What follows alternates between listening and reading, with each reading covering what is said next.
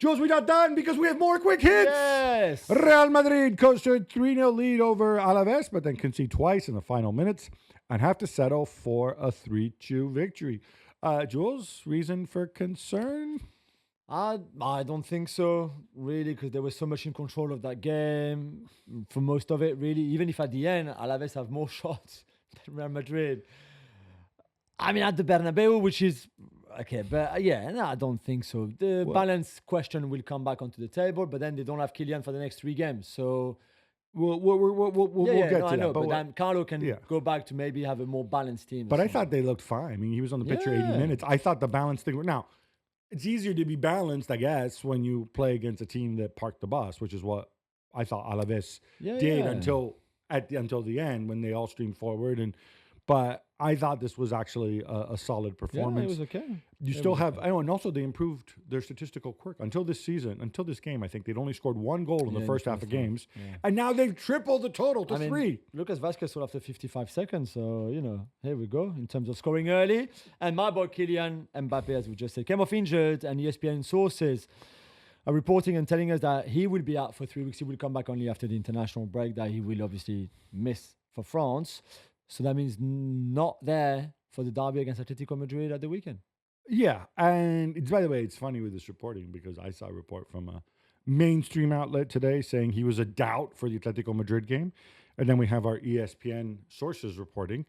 In this case, I know who I trust a little bit more. Yeah, definitely. I'll be interested to see how he deals with this because there is a strong case to be made that if you really believe that you can carry this sort of Bellingham, Vinicius, Rodrigo, Kylian, if this is going to be your base formation, at least in big games, there's a strong case to be made that you keep it. You play Rodrigo at center forward and you play Endrick or Arda, Guler, or whatever on the other side. That said, or maybe even you keep Rodrigo on the right, which is where he would play if Mbappe were there, and then you just plug Endrick in for Mbappe.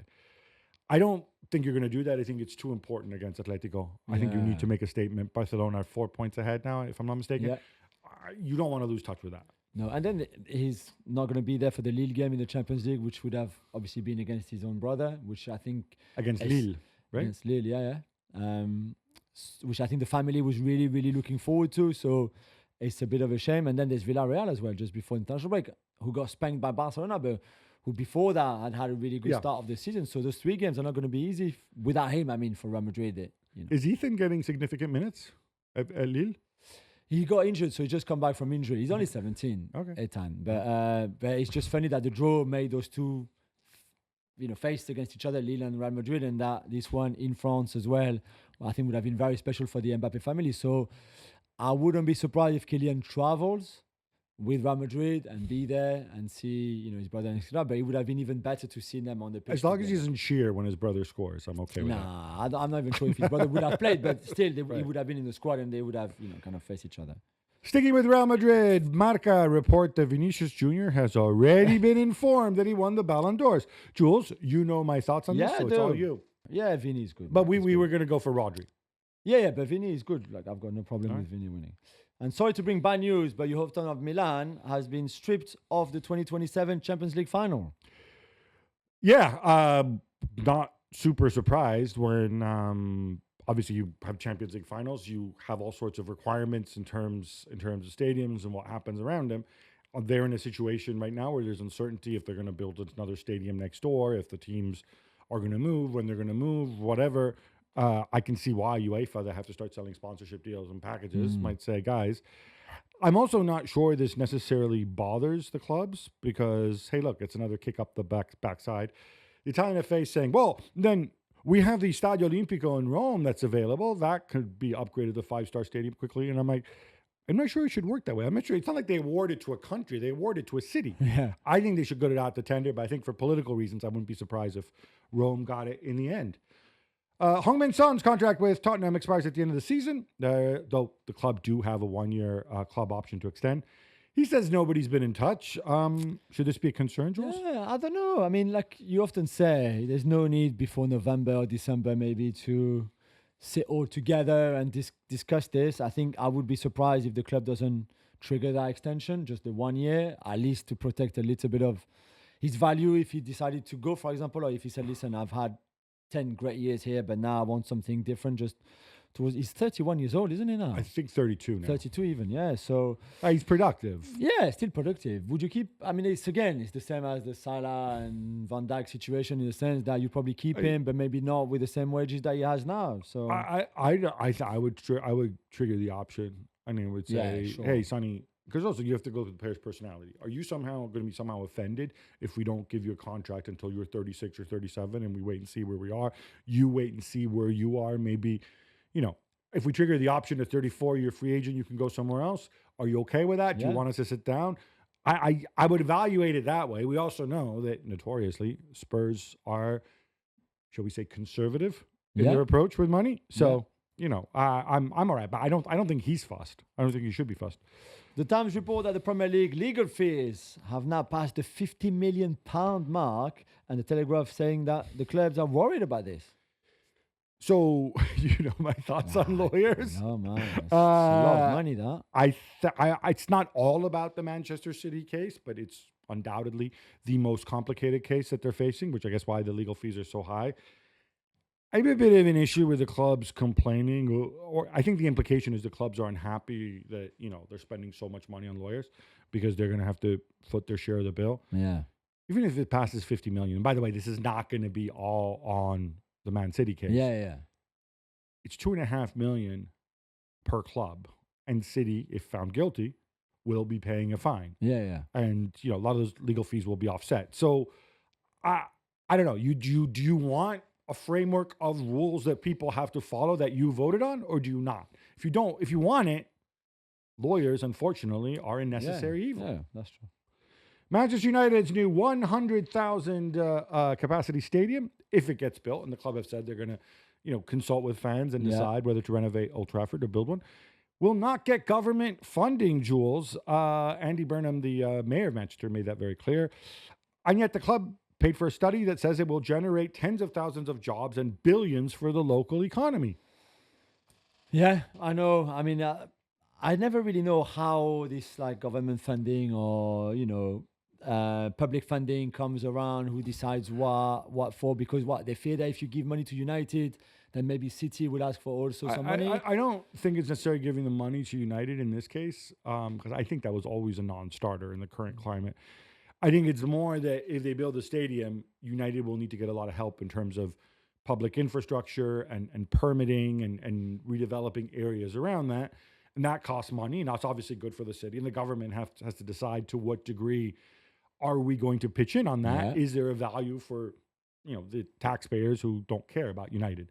What I find interesting, though, is studies that are commissioned by clubs always show massive benefit to everyone. Yeah, everybody. But the photos that they put out of Old Trafford refurbished, which is the one that we all saw, it looks really cool. It looks really, really cool.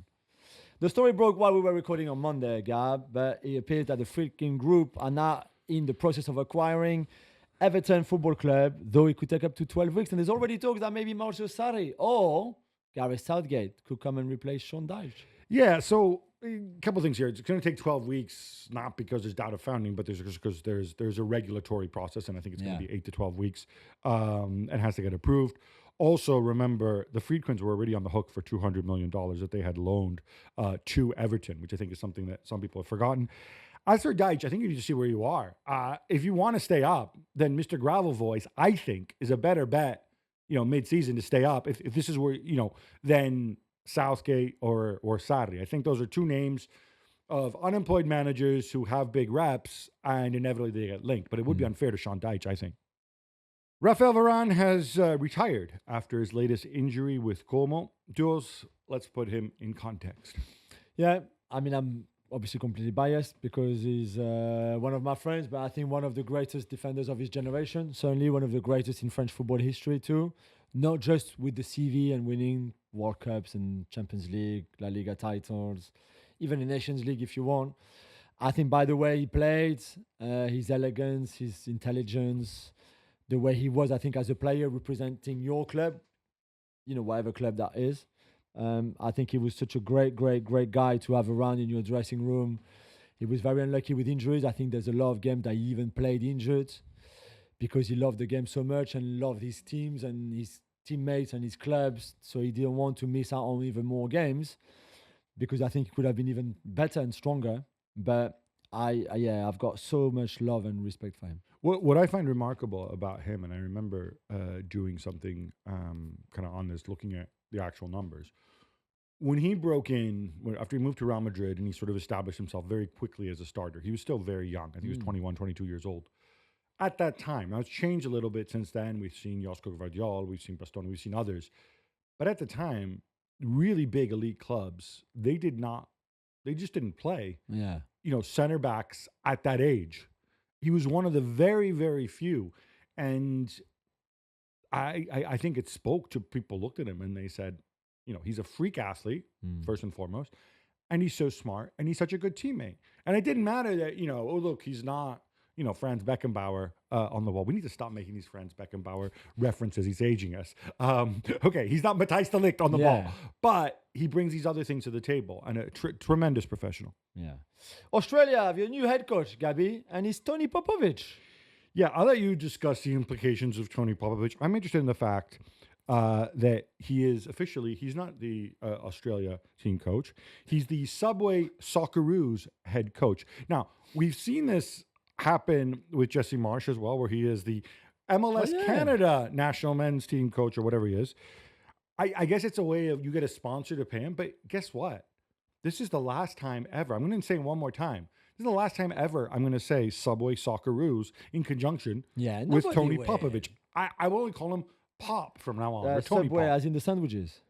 I would assume so. Okay. Unless it's the underground. Do you think in his contract there's he's got like a free Subway? No, and honestly, I invite as many sandwiches as he wants. Look, this is such nonsense, right? I can deal with stadium naming rights. I grudgingly refer to the Emirates as opposed to the Arsenal Stadium at Ashburton Grove, which is what I called it pigheadedly for a long time. But this is just dumb. This is just dumb. Dumb from who? From Subway or from the Australian FA? I think it's a waste of money from Subway. If I were a Subway shareholder. Yeah, but if they do it because they think that there's value to it. Yeah, but these are marketing people. They always make up their stupid KPIs to go and justify them. It's a bunch of jollies. Come on, man. Jules, this brings us to an end, but we got to come back on Monday. So many big games this weekend. We got the Madrid derby. We have Spurs against Manchester United. We have Bayern Munich against Bayer Leverkusen. Yes. How about that? Until then, love the game. Love your neighbor. Love yourself.